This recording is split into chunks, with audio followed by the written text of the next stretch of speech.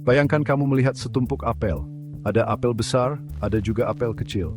Ada yang berwarna merah cerah, ada yang hijau, dan ada juga yang kuning. Setiap apel memiliki bentuk dan ukuran yang berbeda. Tetapi bagaimana kita bisa tahu ukuran apel yang paling umum dalam tumpukan itu? Untuk memahami ini, kita perlu menggunakan konsep statistik yang dikenal sebagai ukuran tendensi sentral. Ini adalah alat yang membantu kita memahami nilai tengah atau tipikal dari sekumpulan data. Misalnya, jika kita memiliki 100 apel, kita bisa menggunakan ukuran tendensi sentral untuk mengetahui ukuran rata-rata apel dalam tumpukan tersebut. Ukuran tendensi sentral ini sangat berguna dalam berbagai konteks. Baik itu ukuran apel, nilai ujian, atau tinggi pemain basket, ukuran ini memberi kita gambaran singkat tentang apa yang normal atau rata-rata dalam suatu kelompok. Misalnya, dalam dunia pendidikan, guru bisa menggunakan nilai rata-rata untuk memahami kinerja kelas mereka. Disinilah ukuran tendensi sentral berguna. Ini membantu kita membandingkan kelompok, melacak perubahan dari waktu ke waktu, dan membuat keputusan yang tepat. Misalnya, seorang pemilik bisnis bisa menggunakan data penjualan rata-rata untuk merencanakan strategi pemasaran mereka. Memahami pusat dataset sangat penting untuk memahami dunia di sekitar kita. Ini membantu kita membuat keputusan yang lebih baik berdasarkan data yang kita miliki. Misalnya, seorang ilmuwan bisa menggunakan ukuran tendensi sentral untuk menganalisis hasil eksperimen mereka dan membuat kesimpulan yang tepat. Dalam penjelajahan data ini, kita akan melihat 3 ukuran kunci tendensi sentral, mean, median, dan modus. Masing-masing menawarkan perspektif yang sedikit berbeda tentang pusat dataset, dan memahami kapan harus menggunakan masing-masing sangat penting untuk membuat penilaian yang tepat berdasarkan data. Mean, atau rata-rata, adalah jumlah dari semua nilai dibagi dengan jumlah nilai. Median adalah nilai tengah dari sekumpulan data yang diurutkan. Modus adalah nilai yang paling sering muncul dalam sekumpulan data. Ketiga ukuran ini memberikan kita cara yang berbeda untuk memahami data. Bayangkan seorang pemilik bisnis mencoba memahami angka penjualan mereka, atau seorang ilmuwan menganalisis hasil eksperimen. Ukuran tendensi sentral menyediakan titik awal untuk analisis mereka.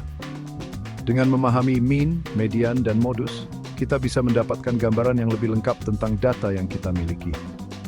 Dalam dunia bisnis, memahami data penjualan rata-rata bisa membantu dalam merencanakan strategi pemasaran dan penjualan. Dalam dunia pendidikan, memahami nilai rata-rata siswa bisa membantu guru dalam merencanakan pengajaran yang lebih efektif. Dalam dunia ilmiah, memahami hasil eksperimen bisa membantu ilmuwan dalam membuat kesimpulan yang lebih akurat. Jadi, mari kita selami dan mengungkap alat-alat statistik ini, memberdayakan diri kita sendiri untuk menavigasi dunia data dengan lebih baik dan membuat keputusan yang lebih cerdas. Dengan memahami mean, median, dan modus, kita bisa menjadi lebih bijak dalam menganalisis data dan membuat keputusan yang lebih tepat. Median dan modus masing-masing menawarkan perspektif yang sedikit berbeda tentang pusat dataset, dan memahami kapan harus menggunakan masing-masing sangat penting untuk membuat penilaian yang tepat berdasarkan data.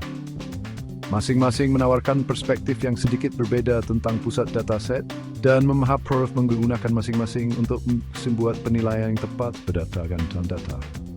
Jadi, mari kita selami dan mengungkap alat-alat statistik ini, memberdayakan diri kita sendiri untuk menavigasi dunia data dengan lebih baik dan membuat keputusan yang lebih cerdas. Mean mungkin adalah ukuran tendensi sentral yang paling umum. Ini adalah cara yang sangat sederhana dan intuitif untuk memahami data. Ini seringkali yang dibicarakan orang ketika mereka mengatakan rata-rata. Mean memberikan kita gambaran umum tentang data yang kita miliki. Menghitung mean seperti membagi pizza raksasa secara merata di antara teman-teman. Bayangkan kamu memiliki pizza besar dan ingin memastikan setiap orang mendapatkan bagian yang sama. Kamu menjumlahkan nilai semua titik data, seperti potongan pizza, lalu membaginya dengan jumlah total titik data, seperti jumlah teman. Ini memastikan bahwa setiap orang mendapatkan bagian yang adil. Misalnya, kamu ingin tahu tentang tinggi rata-rata siswa di kelasmu. Ini adalah contoh yang sangat umum dan mudah dipahami. Kamu mengukur tinggi badan setiap orang dalam sentimeter strong dalam 175 cm dan 100 cm. Setiap pengukuran ini adalah titik data yang akan kita gunakan untuk menghitung mean. Untuk mencari tinggi rata-rata, jumlahkan semua tinggi, 160 plus 165 plus 170 plus 175 80 90 cm. Lalu bagi dengan jumlah siswa 5. Ini adalah langkah dasar dalam menghitung min. Tinggi rata-rata kelasmu adalah 170 cm. Ini memberikan kita gambaran umum tentang tinggi badan siswa di kelas. Min adalah ukuran yang berguna ketika kita ingin mengetahui pusat keseluruhan data, terutama ketika data terdistribusi secara merata. Ini membantu kita memahami data dengan cara yang lebih sederhana. Namun penting untuk diingat bahwa nilai ekstrem atau outlier dapat secara signifikan memengaruhi min. Outlier ini bisa membuat min menjadi tidak representatif dari data sebenarnya. Bayangkan satu siswa di kelasmu memiliki tinggi 200 cm. Ini adalah contoh dari outlier yang bisa mempengaruhi hasil min. Outlier yang satu ini akan menarik tinggi rata-rata ke atas, membuat kelas tampak lebih tinggi rata-rata daripada yang sebenarnya. Oleh karena itu, penting untuk selalu mempertimbangkan outlier saat menganalisis data. Median seperti menemukan buku tengah di rak buku setelah kamu mengurutkannya berdasarkan tinggi. Ini mewakili nilai tengah dalam dataset yang diurutkan dari terkecil hingga terbesar. Jika ada sejumlah genap titik data, median adalah rata-rata dari dua nilai tengah. Mari kita kembali ke contoh tinggi badan kelas kita. Tingginya secara berurutan adalah 140 cm, 180 cm. Tinggi mediannya adalah 170 cm karena berada tepat di tengah daftar yang diurutkan. Median adalah ukuran yang berharga ketika kita ingin menemukan pusat sebenarnya dari suatu dataset, terutama ketika berurusan dengan outlier. Tidak seperti mean yang dapat dipengaruhi oleh nilai ekstrem, median tetap tidak terpengaruh. Jika siswa yang tingginya 200 cm itu bergabung dengan kelas, tinggi median akan tetap 170 cm, memberikan representasi yang lebih akurat tentang tinggi tipikal di kelas. Bagian 4, modus yang paling sering muncul. Modus adalah titik data yang paling sering muncul dalam dataset. Anggap saja sebagai nilai yang paling populer, seperti meminta siswa untuk menyebutkan warna favorit mereka, dan warna yang paling sering disebutkan adalah modus.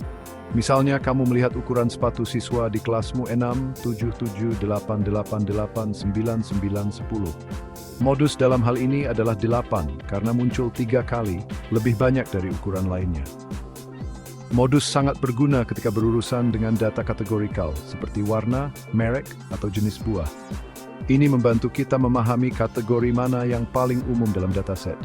Misalnya, toko pakaian mungkin menggunakan modus untuk menentukan ukuran kemeja yang paling populer di antara pelanggannya, memungkinkan mereka untuk mengoptimalkan inventaris mereka. Bagian 5, kapan menggunakan ukuran yang mana? Memilih ukuran tendensi sentral yang tepat bergantung pada jenis data yang kamu miliki dan apa yang ingin kamu pelajari darinya. Setiap ukuran memiliki kelebihan dan kekurangannya sendiri, dan memahami kapan harus menggunakan masing-masing sangat penting untuk analisis data yang akurat. Jika data terdistribusi normal dan tidak ada outlier, mean adalah pilihan yang baik. Mean, atau rata-rata, memberikan nilai tengah dari semua data yang ada, yang sangat berguna dalam banyak situasi. Ini memberi kamu gambaran umum tentang nilai rata-rata. Namun, penting untuk diingat bahwa mean bisa sangat dipengaruhi oleh nilai ekstrem atau outlier. Namun, jika data kamu miring, artinya ditarik ke satu arah oleh nilai ekstrem. Median mungkin merupakan indikator yang lebih baik dari nilai tipikal. Median adalah nilai tengah dari data yang diurutkan dan tidak dipengaruhi oleh outlier. Misalnya, data pendapatan seringkali miring, dengan beberapa penerima pendapatan yang sangat tinggi menarik rata-rata ke atas. Dalam situasi seperti ini, median memberikan gambaran yang lebih akurat tentang pendapatan tipikal. Dalam kasus ini, pendapatan median akan memberikan gambaran yang lebih representatif tentang tingkat pendapatan tipikal. Ini sangat penting dalam analisis ekonomi dan sosial. Modus paling berguna untuk data kategorikal, di mana kamu ingin tahu kategori mana yang paling sering muncul. Modus adalah nilai yang paling sering muncul dalam data dan sangat berguna dalam analisis survei dan penelitian pasar. Ini kurang berguna untuk data numerik, terutama jika data tersebar, karena mungkin tidak ada modus atau beberapa modus. Dalam kasus seperti ini, menggunakan mean atau median mungkin lebih tepat. Ingat, memahami kekuatan dan kelemahan setiap ukuran memungkinkan kamu untuk memilih yang paling tepat untuk kebutuhan spesifik kamu, yang mengarah pada interpretasi data yang lebih akurat. Dengan memilih ukuran tendensi sentral yang tepat, kamu dapat membuat keputusan yang lebih baik dan mendapatkan wawasan yang lebih mendalam dari data kamu.